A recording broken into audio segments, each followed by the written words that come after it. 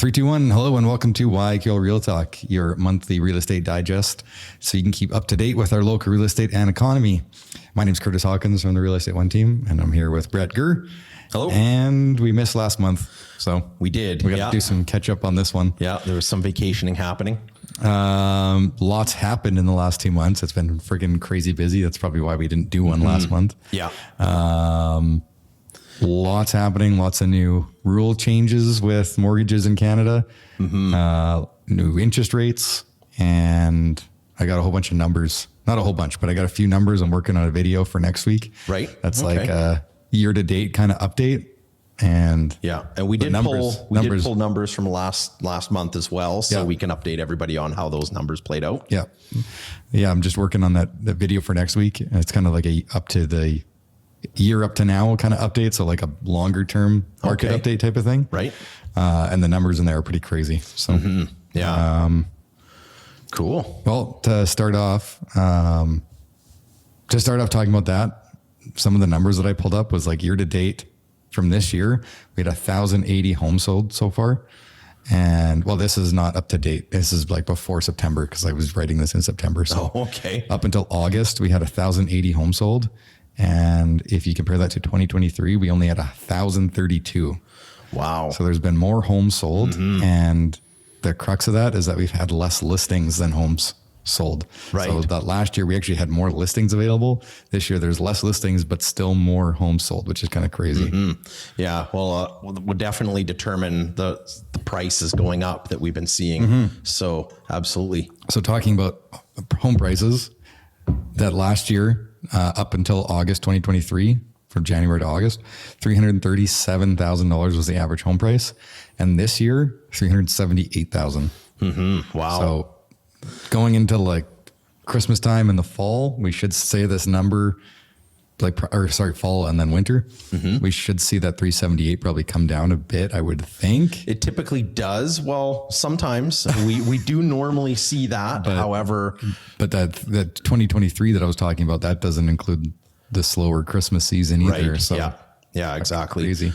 Although then again, there is the factor that a lot of people do take their homes off the market at Christmas. But if you are one of the few that do leave it up, people are still buying at that point in time. It's obviously not as big a traffic as it was before, but people are still buying. So if you are one of the few that leave it up, you've got a lot less competition. People are looking at your home a lot more than they normally would be. So yeah, everyone always asks when's the best time to sell, and it's always a double-edged sword. Yeah, because in the summer, that's when most of the transactions happen. So everyone's looking in the summer, especially early spring. Yeah, but then you go into the winter, there's less transactions, but there's also less inventory. Right. So you can there's less to choose from.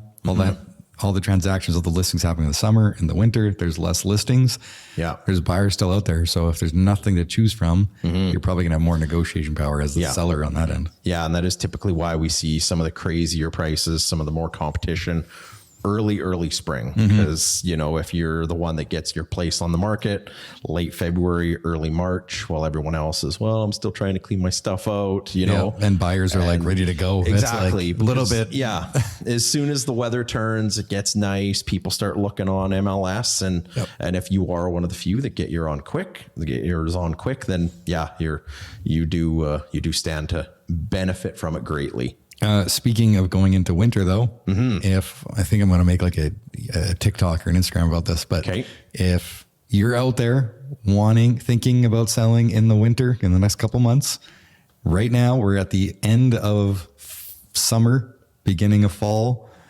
The leaves are on the trees only for so long. Your grass out front's only going to be green for so long. Right. So if you're thinking about it, let us know now so we can get some photos done while your house looks the best. Absolutely. Very true. Yes. It's a little plug in there, but definitely. It goes a long way. Yeah. Well, and I seem to be fairly busy with people recently just wanting to get their homes listed as well right now too. So that's a very valid point. Get in there, get photos taken now. Yeah. Even if you want to list in a month or 2 months or whatever, let's get the photos done so it looks good still. Yeah, exactly. It always looks better than winter photos. 100%. Definitely. Yeah, sure does. Okay. What else we got? There's been 2 interest rate cuts now in a row. And Tiff Macklin even said this. The rumor is that the next one might be a 0.5% Oh, wow. No kidding. Another 5.5% drop, which That's crazy. What's that going to do to the market? I don't know. Well, it's obviously it heats up the market. It gets everybody that was kind of sitting on the fence before back in. The market is pretty hot right now. I definitely, in Lethbridge there. Well, and you would think it would definitely spur some things on in other places as well. The Torontos and from the couple articles I was listening to, a couple news things. Articles you were reading? Yeah. News. No, I was watching like YouTube videos like of CTV and whatever. And they're talking about like, these big centers. Of course, they only talk about Toronto, Vancouver. But with these interest rate drops, they really haven't seen a pickup in their real estate market.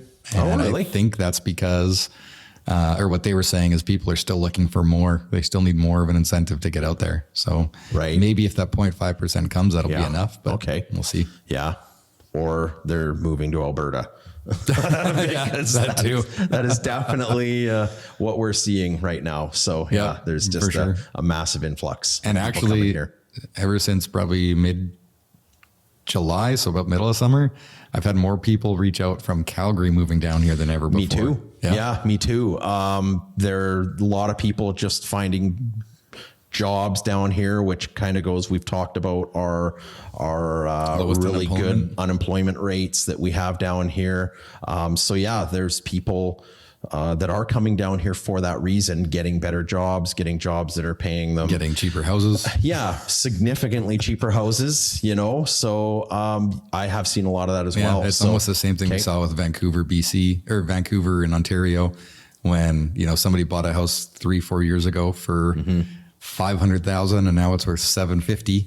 Yeah. And it's like, well, I could probably cash out, go to Lethbridge and have a way smaller mortgage, or maybe cash. I don't know. Yeah, exactly. And typically better weather than Calgary, And I had some people that were looking at a brand new build from Calgary. They have their house up for sale, and they've just said they've been in Calgary for 15 years. And within the last 3 years, with everybody moving there, population increase, they've just said it's not the same anymore. It's just way too freaking busy, more competitive in the market and stuff. So interesting. Okay. I think we'll see that trend continue, especially with like more retired people. Yeah. They'll be like, why do we need to live in Calgary anymore? 100%. Yeah, I certainly think so. We're seeing a lot of it now, and I don't see it stopping anytime soon. And the last one I want to go over before we get to the numbers is the 30-year mortgage amortization for all first-time homebuyers that just got announced. So previously they announced the big change that was going to save the market, which was that you could do a 30-year mortgage amortization on new builds. Right. For first-time home buyers? Yeah. What first-time home buyer buys a new build? Yeah. Even in Lethbridge, our basic new build is typically like $450 plus, So who's affording that? Right. So, I mean, it's in certain situations like a townhome, or I don't know, I guess in the big cities, if you're buying an apartment, it's great. You can mortgage your $1 million apartment for 30 years instead of 25. Yeah. But that's not really going to help anybody. So now they've changed it now so that any home that you're purchasing as a first-time home buyer, you can go up to 30 years, which makes your monthly payment smaller so you can afford less with your debt ratios and stuff. Right. But in the long run, well, you pay significantly more. If you look at a calculator based on how much you end up paying over the course of time, like it's astronomical. You'll literally pay upwards of... I think Dylan Kelly, I don't quote me on these numbers, but he said like you're going to pay on average like another 30 grand more in interest. Yeah. And honestly, I think it's even more than that. Like it's a lot. But yeah, it's so... Or maybe it was 30% more. I don't know. It probably could be. I don't know what the numbers are, but it's a lot more. We'll have to calculate those numbers.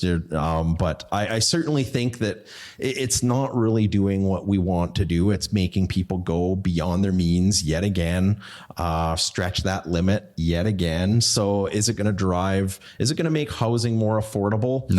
No, it's actually probably going to do the opposite and now give the people the ability to buy outside of their means again and drive those prices up because now there's more people able to do it. So, well done, government of Alberta, yet again. Canada. Absolutely. Yeah. Government of Canada. Yeah, it's federal. So absolutely. No, I don't really see I don't see that helping, but I guess time will tell and we'll see. But if you are that first time home buyer, you can now get a better house. So that's great. Yeah. So yeah. You can afford, you can afford a little bit maybe more. Not, but yeah. So either way, I mean, whatever gets you into it, I guess. If the market keeps going up like it is, you'll still make that equity on it, even though you're only paying off interest for the first couple of years. But. For sure. It'll certainly give you a lower monthly payment, which right now is crucial for a lot of people. Yeah. But in the grand scheme of it, I'm not sure it's going to help, but either way. Okay. Should we get into some numbers? Absolutely. So let's go back and we can get into the numbers that we missed on our last one. So we last talked about July. So now we're going to give you numbers for August. What happened in the August market? So homes sold in August, we saw 196 homes sold. Last month last year of 2023 was 176. 5-year average 155. Average days on market saw 43. The last year was 52, and the 5-year average is 52 again. So there's that. And active homes on market, 371 was August, 480 was August of last year. So that goes to what you were talking about. Yeah, significantly more less. homes sold and less listings. Yeah, exactly. So making it tough out there for us realtors, but I know everyone says, I shouldn't say everyone. I've heard a couple people say when the market's good like this, realtors love it because they don't have to do any work and it's so easy. I'm like, this is the most stressful type of market. For sure. Yeah. Listings are so much harder to come by these days, right? But on the buy side, it's like, hey, new listing came up. It's like, put down your supper and you're out the door. Yeah, exactly. I hope you didn't have dinner plans. Yeah, because it's not like, oh, put down my supper, I'll heat it up later. It's like, no, you just saw the house. Now you got to write an offer. You're up till midnight. Yeah, like it's brutal. exactly. Yeah, it's certainly a stressful time for not everybody. That I'm complaining. I just hate to hear that this is the easiest type of market. It sucks. Yeah, exactly. I wish it was more of a balanced market and it would be a little bit more relaxed. Yeah, we'll get into that house tomorrow. Not a problem. I don't have much going on. Perfect. So yeah, we don't have that luxury.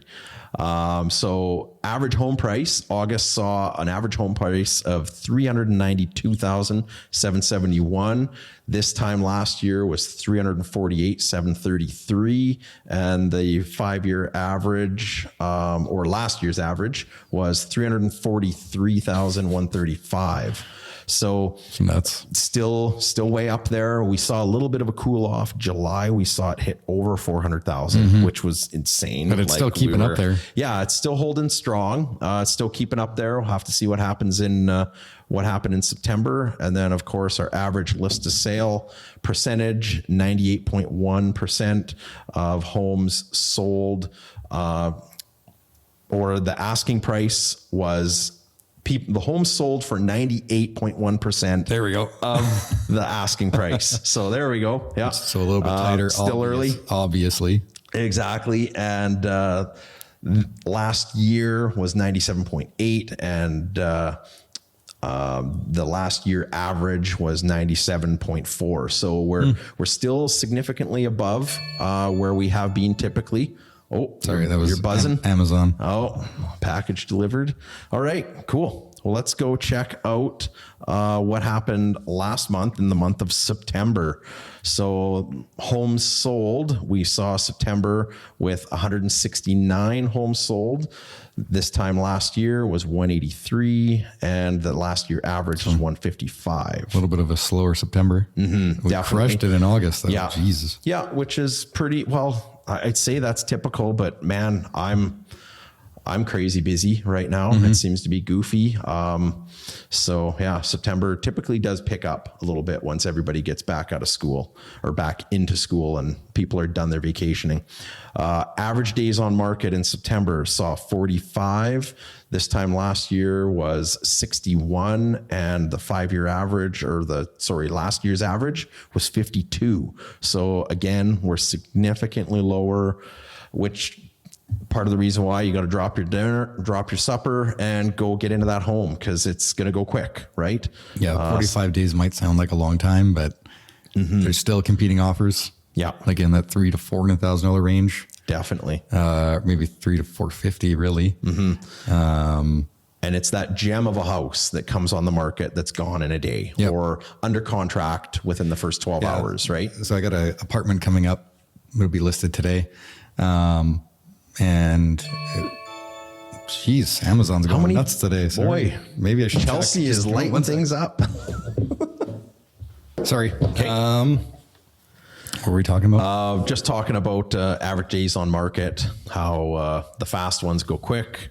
Some of the 45 days is a long time. Yeah. So I have an apartment coming up tomorrow or today. Sorry. I'm going to be listing it. And the people that are selling it, they're pretty handy. So they're like, honestly, we haven't done much to the apartment since we bought it. We did some painting and very minimal stuff. And they were like, should we fix it up at all so we can sell it quicker? And I was like, in this market, as long as it's clean and it shows well, it goes so far, because there's so few listings that a clean listing goes a long way right now. Absolutely. Yeah, it sure does. Okay. Speaking of which, actually, before we move on, speaking of that, we're looking at listing and looking at comps right now. There is 4 apartments on the west side without an offer right now. That's it. Oh, no kidding. Hey, crazy. Wow. Yeah. There's 6 insane. Total, 2 have offers, only 4 available. Yeah.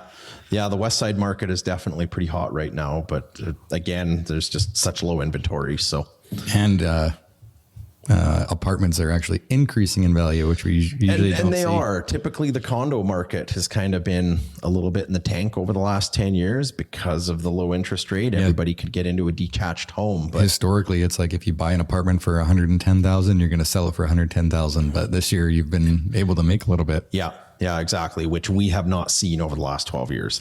You know, it's been the condo market's been pretty stagnant. Yep. But yeah, those people are starting to make some money because it's what people can afford, and based on the interest rate, it's what they've been able to get into. So, okay, active homes on market in September saw 373 last year, or this time last year was 414, and the average year of last year was 426.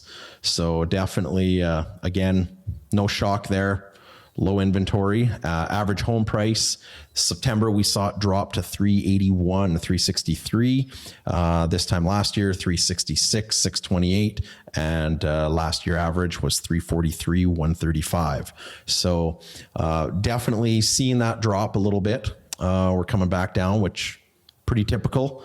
But yeah, it's certainly cooling the market down a little bit, but could just mean that cheaper houses are selling and the expensive ones have already sold in August and September. Obviously, I didn't expect it to stay at the peak of over 400. No, we certainly wouldn't. I don't see it going much lower than this, like maybe 375. I'd be surprised with over the winter, but yeah, I'd be shocked if it went less than that too. So, because typically, because we keep seeing freaking no listings. Yeah, well, people take their stuff off the market in October, November, which again, we reiterate, not a smart thing to do. If you are looking to sell, that is not the thing to do, because now you've got significantly less competition. But that being said, you do have to move in the winter. Yeah. Nobody likes to move in the winter time, right? So that does suck. Outside of that, less competition, right? So, okay.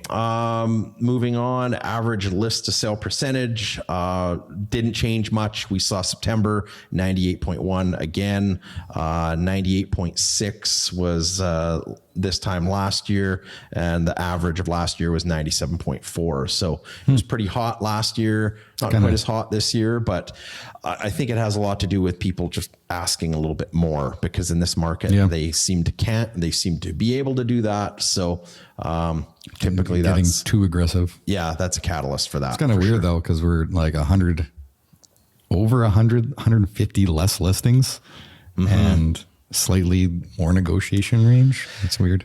Yeah, seemingly, but again, I guess it has to do with people asking more, right? If you're gonna, I guess less homes sold. So I guess we're putting a few on, and I don't know. Weird. Anyway. Yep. Interesting. But overall, fall and September. What's your take on the market?